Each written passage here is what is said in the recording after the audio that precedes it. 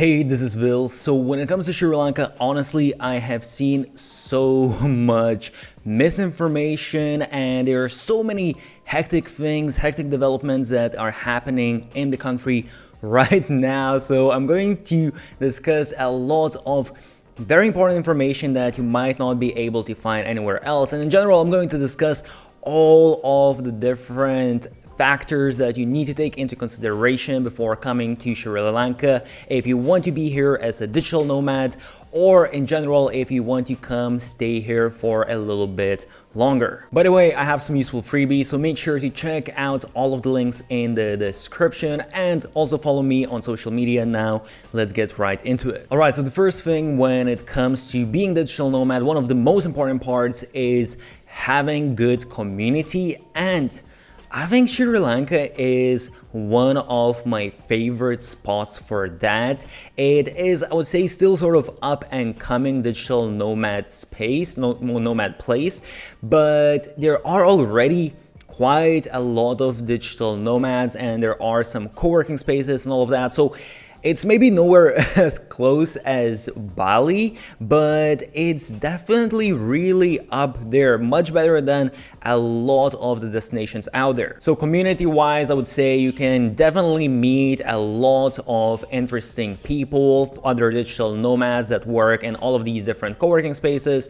And in general, actually, I would say just community in Sri Lanka is really good. So even if it's not digital nomads, you can easily meet a lot of very interesting people. I've met a bunch of different people. It's very easy to make friends as well, by the way. Everyone's very laid back and chill. So I would say when it comes to community, definitely one of the strongest countries. Second thing is accommodation, and honestly, when it comes to Sri Lanka, I am not very impressed. I guess also at the same time, you can't really expect too much because most of the time also in Sri Lanka, it depends where exactly you're going to be based, but most of the people, if you're a digital nomad, you want to usually go to the south of the country. Yes, you have other areas, you have Colombo, you have areas up in the north, which are actually absolutely amazing, beautiful and all of that, and you should definitely check them out. But if you want to be a digital nomad, the best option for you, I would say, is to go down south. This is where most of the people end up being because you have the beaches, you have surfing, and you have the co-working spaces. So if you go to, let's say, Colombo, or even if you go up north, you can actually find better accommodation, better prices as well, or better value and price ratio. But if you go down south, it's not really any big cities unless you go to Galle. But if you just go to Wellingama, or you go to Ahangama or Mirissa or Matara, one of these different little sort of towns by the beaches, you don't really have that much development per se, which is very nice if you're just coming here and you want chill vibes. It's definitely much nicer vibe than, let's say, you go to Thailand. It's some people would say it's overdeveloped. So here you definitely don't have that, but because of that, also you don't have as many options for accommodation. So in general, I would say yes, you can find super cheap accommodation, but when it comes to, again, the quality and the price ratio, it's pretty expensive. So this is one of the misconceptions that I feel like I've seen a lot online, and I talk with other people and they also agreed with me. You do see online that people are saying, oh, Sri Lanka is super cheap and you can have very cheap accommodation. You can literally rent a room for $200 a month. You can get, let's say, an apartment, or well, not apartment here maybe, but sort of like a little villa, a house, whatever, for $500. And you can definitely do that, but it's not going to be the nicest. It's not going to have nice style. It's going to be pretty old.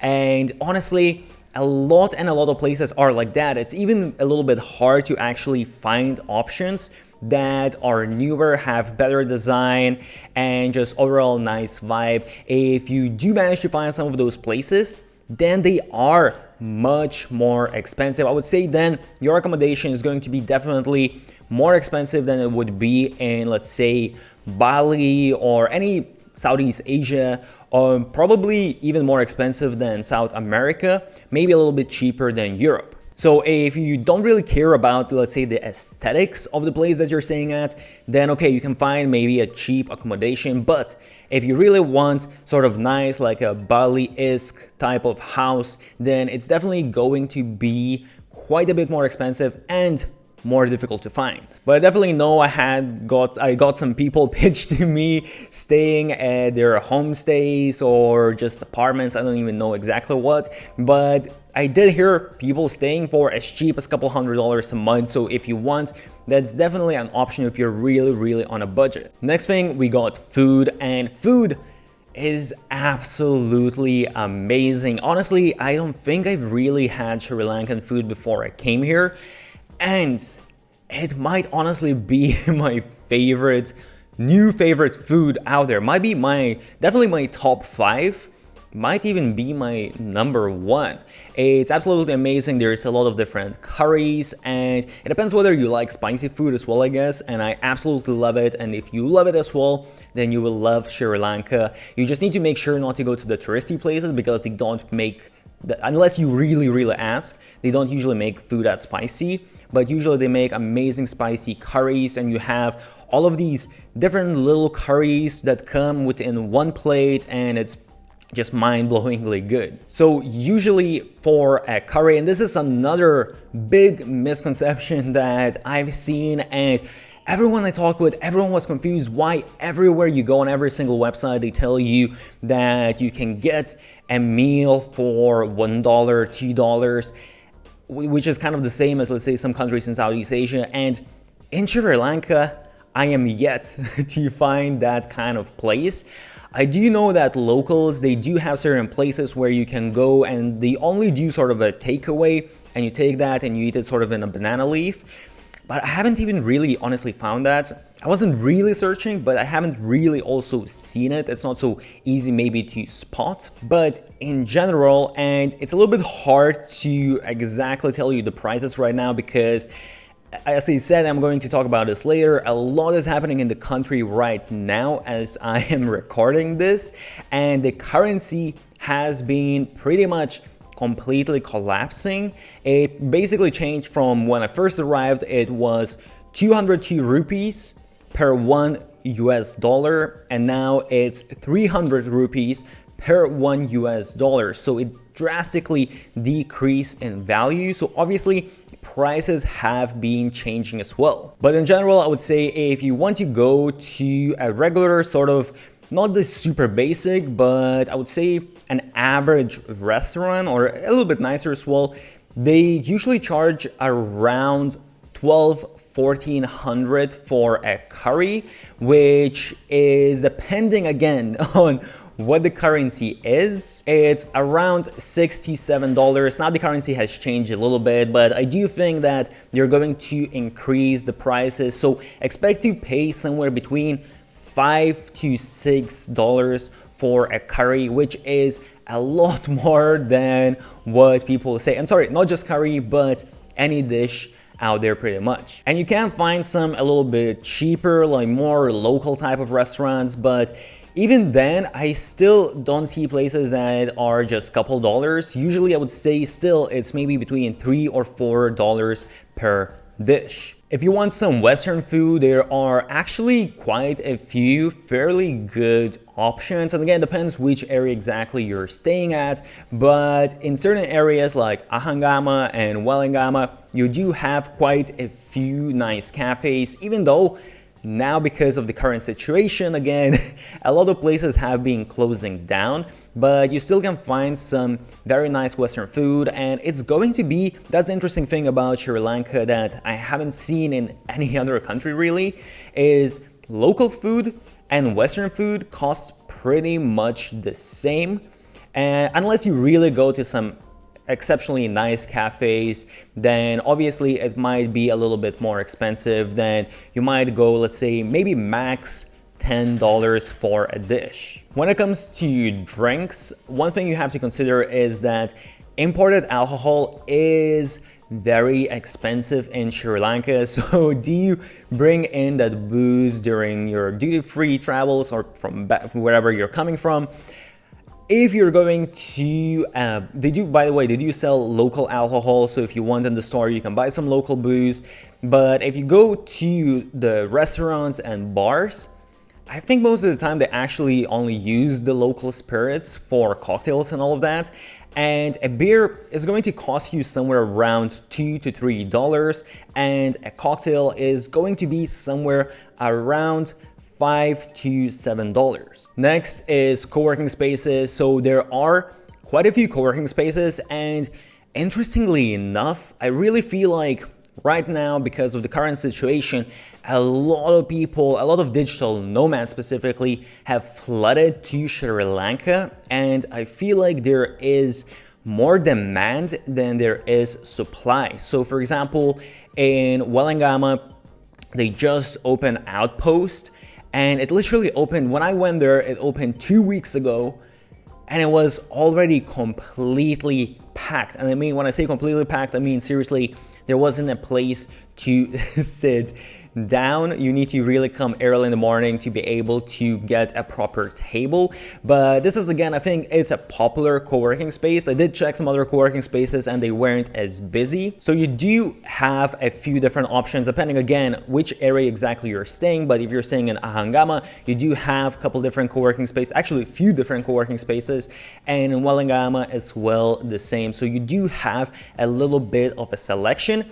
In terms of how nice they are and all of that, I would say that it really depends on the co-working spaces. A couple of them are actually really nice. So as I mentioned, Outpost, there's Hari Hari in Ahangama. They are very unique and very nice, very cool vibe. They do some community stuff as well. They do have some events, which I always very much appreciate, and I don't understand why not all co-working spaces do that.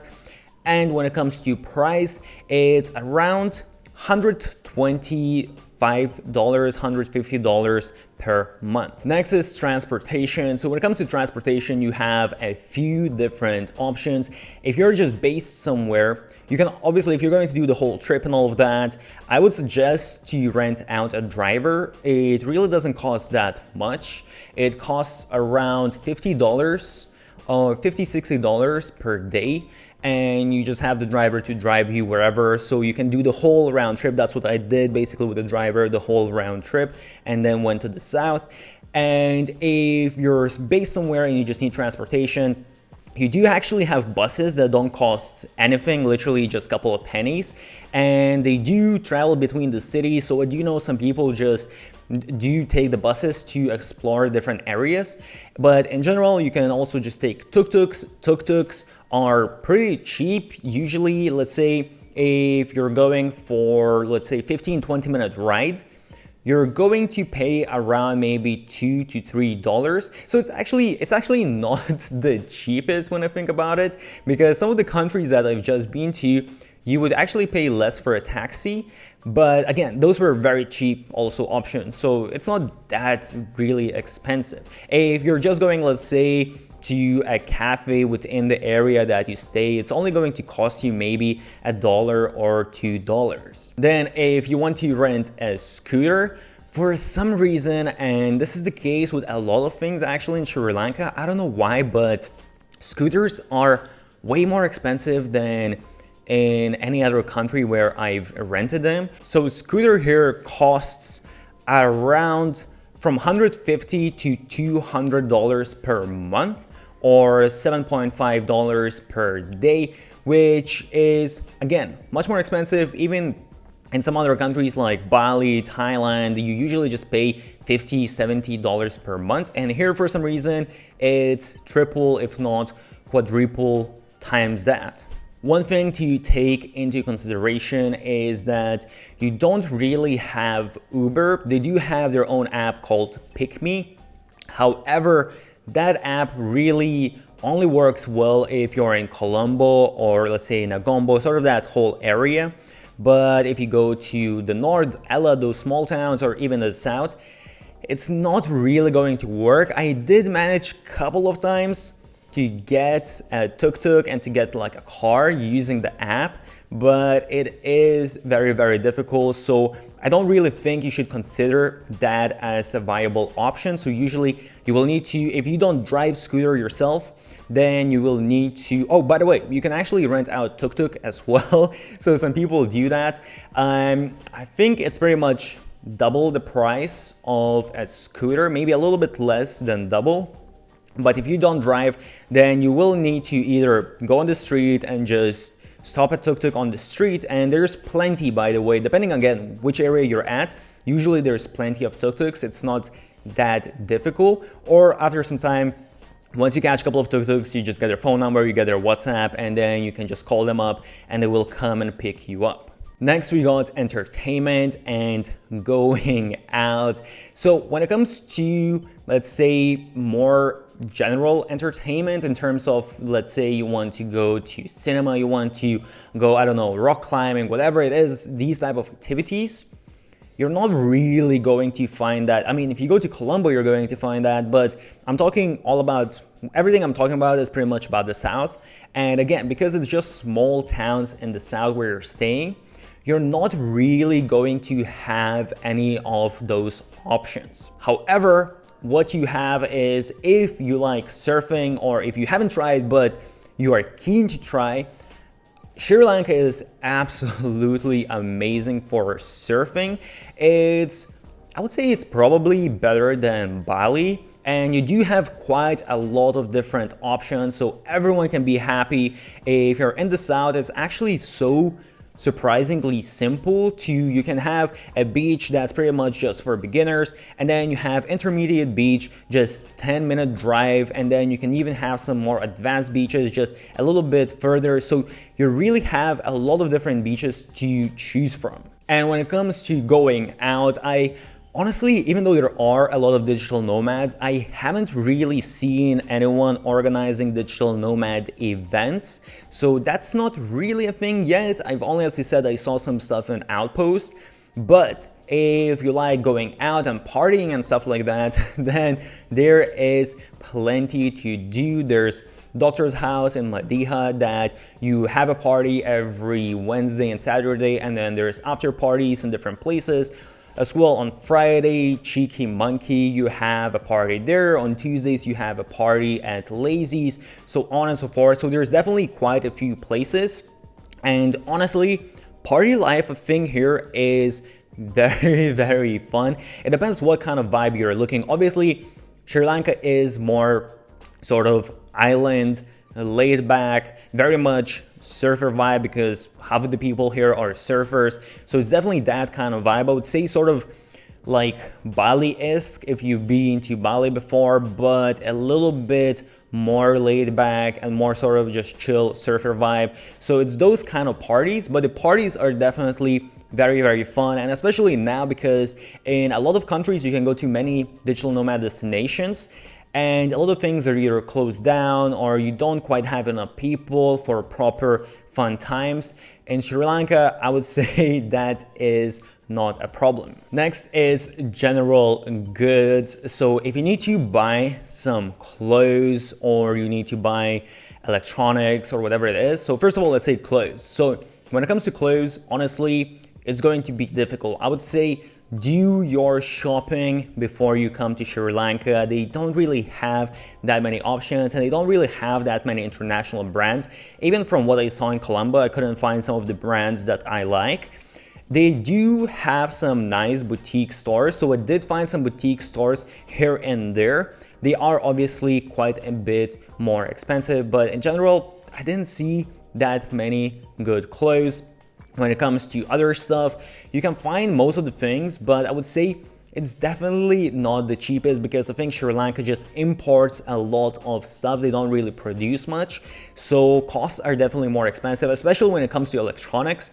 I was actually thinking to buy some electronics because I couldn't find them. I expected to find them in Dubai when I stopped by before coming to Sri Lanka, and I didn't find it.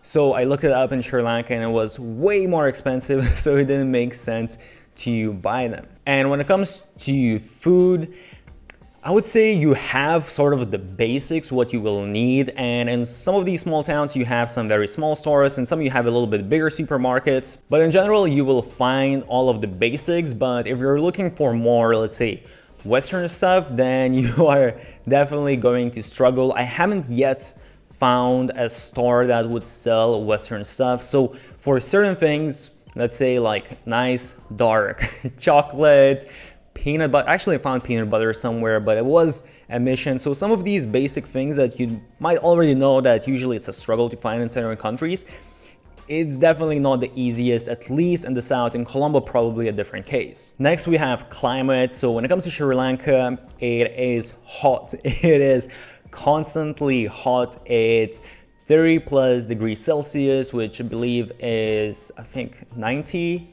Fahrenheit or so. And it does cool down a little bit at night.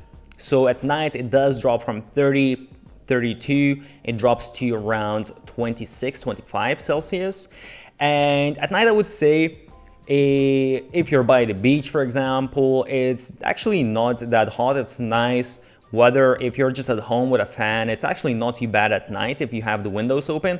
But it is, during the day, it is very hot, and it also is very humid. You also do have the dry season and you have the rainy season. So do look it up when exactly you are coming to Sri Lanka. I actually don't remember exactly now, but I think from December or January up until basically April or end of April, it's a dry season, and do double check that. And after that, you have quite a bit of rain, then it sort of stops a little bit, or well, decreases a little bit, and then there's a lot of rain again. And the rainy seasons the April just started, so the rainy season should be just coming in. And it's actually really not that bad. It's actually really nice because the rain makes it a little bit cooler. And from what I understood talking with people that have lived here for a few years, people say that the rainy season isn't really that bad because it's tropical rain. So when it rains, it really pours. So you're really gonna have maybe a couple of hours of rain a day when it's just absolute mayhem. And after that, it's going to be nice and sunny and all of that. So I would say that don't be too afraid to come during rainy season. Oh, and obviously it really depends where exactly within the island you're going to come. So again, I'm talking about the south here. If you go a little bit further, and this is what I've noticed now as well, further up north, I think it's raining a lot, but down south, it's not as much. Next is internet and phone and all of that stuff. And this is one of the things why I didn't visit Sri Lanka for many years. I've been wanting to come here for a while, and I always was hesitant because I heard so many horror stories that people weren't able to work from here because the connection was really, really bad. And honestly, I have to say that it's not as horrible as I expected. So obviously it depends where exactly you're staying and all of that. And it's actually very complicated with the internet here in Sri Lanka. So first thing, they basically just recently, as far as I know, just a few months ago, they started really developing fiber internet, and certain places they already have fiber. And the house that I'm renting, thanks God, it has fiber internet. So the fiber internet connection is actually really good. It's 100 megabytes, which I think is enough for pretty much anything you're going to do online. However, it's not that many places, unfortunately, yet that have fiber. So if you don't have fiber, what a lot of places do, they basically just have sort of a SIM card that you would have for your phone, and they put that SIM card into your router, and then they just top up that router, top up that data. And that can be very, very problematic because if you basically if you are downloading something, if you're uploading stuff, if you're streaming a lot, you're going to run out of that data very, very quick, and then you need to constantly be topping up, and that can add up to quite a bit of money and quite a bit of hassle as well, to be honest. The speeds for that actually aren't that bad as well. It's around 30 to 40 megabytes from my experience. And I did stay at a couple of hotels where they did say they have unlimited internet, but it wasn't that fast. It was maybe 10 megabytes or so. So I'm not going to lie, the internet situation isn't ideal by any means, but at the same time, I feel like a lot of people, they just come here, they experience a little bit of internet, and they say the whole Sri Lanka has just horrible connection. And I do actually have a couple of friends that came here, didn't like the internet, and left because of that alone, even though they loved the country. And I think it's sort of just, it's going to require you a little bit more work to find certain places that do have either fiber or they do have just good internet in general. And you can always, by the way, go to co-working spaces. The co-working spaces do have very good internet. But yeah, I think it also depends what kind of places you're staying at. Again, as I said before, you can find obviously some very cheap accommodation here, but again, that accommodation is not going to have good internet. And this is sort of the catch 22 that, okay, you can live for cheap, but you won't be able to really work. So if you pay a little bit more money, then you probably might be able to find accommodation that actually has really good internet. Oh, and I'm going to mention something at the end as well about internet because of the current situation as well. Now, when it comes to safety, I would say that in general, Sri Lanka, I mean, I haven't seen anything much, haven't heard anything too much. It seems sort of a safe place. However, if you are a female, and this is the thing, I see a lot of females in Sri Lanka, actually a lot of women here, but I think usually they're traveling in groups. So if you are a single woman, if let's say you're walking somewhere at night time alone by yourself, it's probably not the safest, because I did hear some of the stories about this. I did hear some women getting assaulted and all of that, and I also heard that police doesn't really do anything about it. So do be careful, do read a little bit more if you are a woman and you're coming to Sri Lanka, especially if you're doing that by yourself. I did notice there's a lot of catcalling happening. I've seen it myself so many times. And also when I walk here with a friend, with a female friend, let's say, I've been told that it's a completely different experience if a woman is walking just by herself, and if she's walking with a guy, it's a completely different experience. You're stopped a bunch of times and you're getting catcalled and all of that, but it's nothing hectic, you know, it's nothing harmful, nothing super annoying or anything like that. People just chat there. You look exotic to them, so they're just chatting with them. So I'm not trying to say that as in, oh, it's very negative and very annoying or something like that. That's not what I heard, but I just did hear that there's quite a bit of catcalling, and I've seen some of that happening as well. And the very interesting thing about this is also that on the streets, you really only see men in Sri Lanka. So you don't really see that many women. Obviously you see women at certain places, but let's say, for example, if you go to the beach, you'll see a bunch of guys. There's a bunch of Sri Lankan guys, you know, that are surfers that work there and all of that, but you don't really see that many females. Really, I've been joking around with some friends here that they have hidden all of their women. You don't really see them. And the funny thing as well is, from all of the countries I travel to, usually it's more common to see a foreign guy with a local girl, but here I don't think I've seen that a single time. And I have seen quite a few actually foreign women with local guys, because local guys, I think they have very interesting look here. Now, costs. So when it comes to costs, honestly, this is one of the biggest misconceptions. Every single website before coming here, you know, I did a little bit of research, and everyone I talked with here, everyone was confused. Why are they saying Sri Lanka is super cheap? Everywhere you see, it says basically, oh, you can go to Sri Lanka and live like a baller for like $1,000 a month. And I think that is definitely not the case. I would say maybe you can survive in Sri Lanka for $1,000 a month, but you're probably going to live at some really cheap, really old looking accommodation.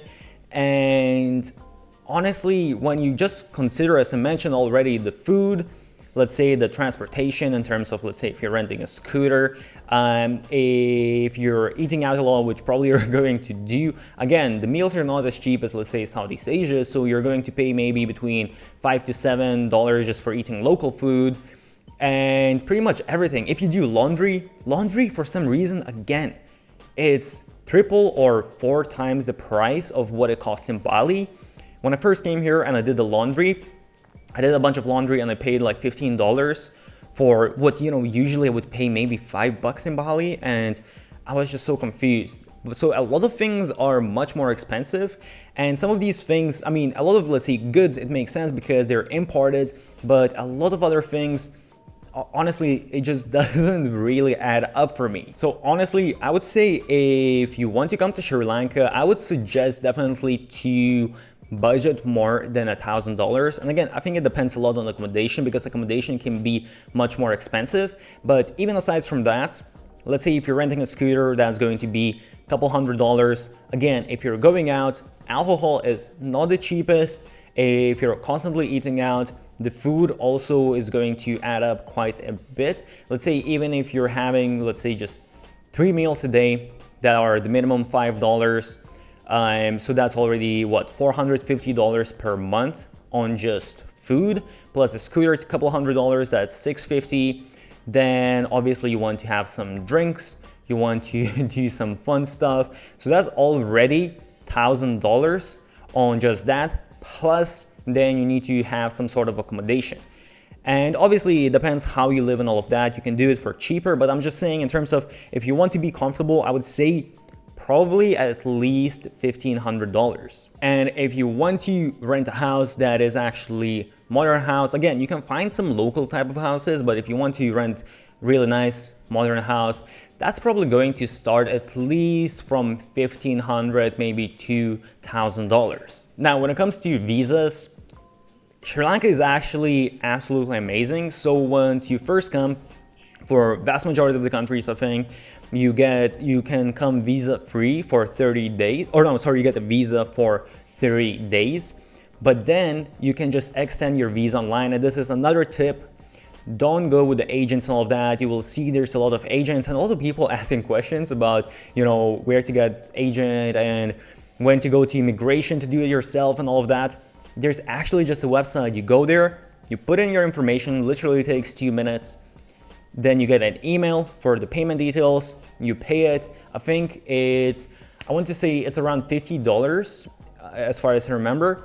And you get another 2 months extension, and then you can extend again after that, and then again. So in total, I believe, as far as I remember, you can be 9 months in Sri Lanka. Next, we got English. So this is probably one of the biggest pluses as well when it comes to Sri Lanka. Most of the people, I would say really vast majority, I barely have met anyone that doesn't speak English. So that, of course, makes life a lot easier. So sometimes there might be some people that have a little bit broken English. Obviously, they do have their own accent that you might need to adjust a little bit to.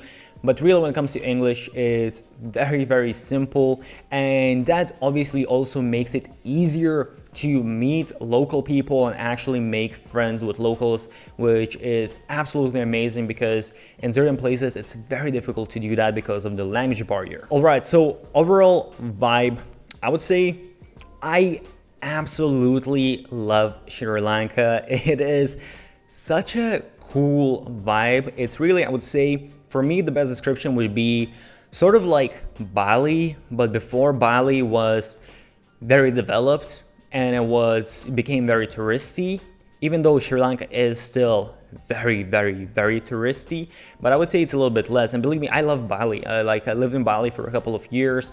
So I would say it's a little bit sort of few years back. It's absolutely amazing if you like surfing. There are some very beautiful beaches. It's super lush. So that's, I would say as well, if I'm comparing it to Bali again, I would say that it's more lush and more beautiful beaches.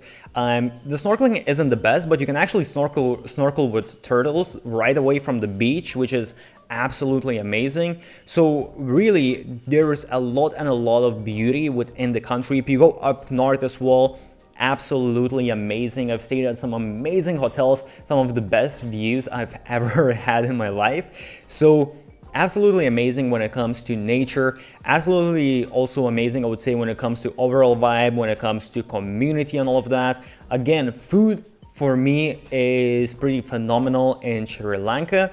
The only downside, I would say, is the internet, that it definitely could be a little bit better, but as I said, if you've managed to find fiber optics, then that is not a problem at all, which, for example, I have done. And another thing as well, what I mentioned is, it really seems to me, to be honest, a little bit overpriced, especially when you compare just in general terms, let's say how much local people make, and you know how much local people are paying for things and how much you're paying as a foreigner for stuff. It really seems, it just doesn't really add up to me, honestly.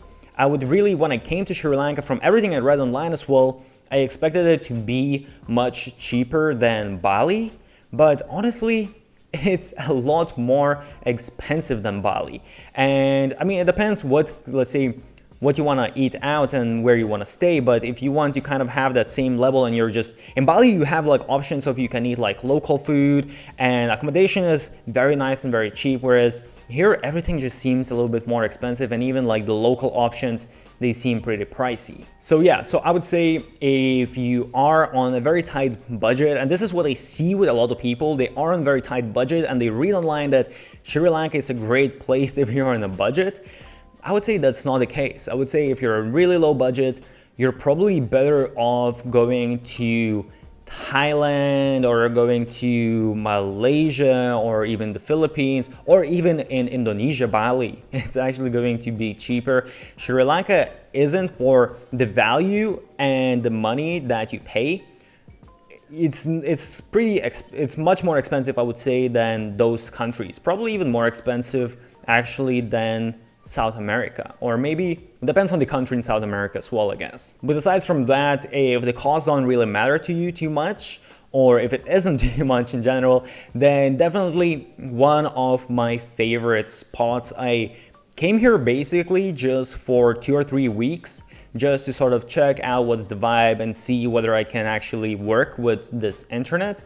And now I am here for a couple of months because I just don't want to leave, because it is such an amazing vibe. One thing also that you must consider before you decide to come here, so the current situation, what I mentioned before, currently it's absolutely insane. It's a complete mayhem. So because of the whole economic situation within the country, and there's actually some really good videos on YouTube that explain everything if you really want to understand it. But a lot of things have happened over the year, a lot of corruption, a lot of, not just corruption, but actually a lot of laws that don't really make sense and that have brought a lot of detrimental things in terms of the economical growth to Sri Lanka, and also because of COVID and all of that. Anyway, a lot of different things. The point is that Sri Lanka right now is facing pretty bad, I would say, economic crisis.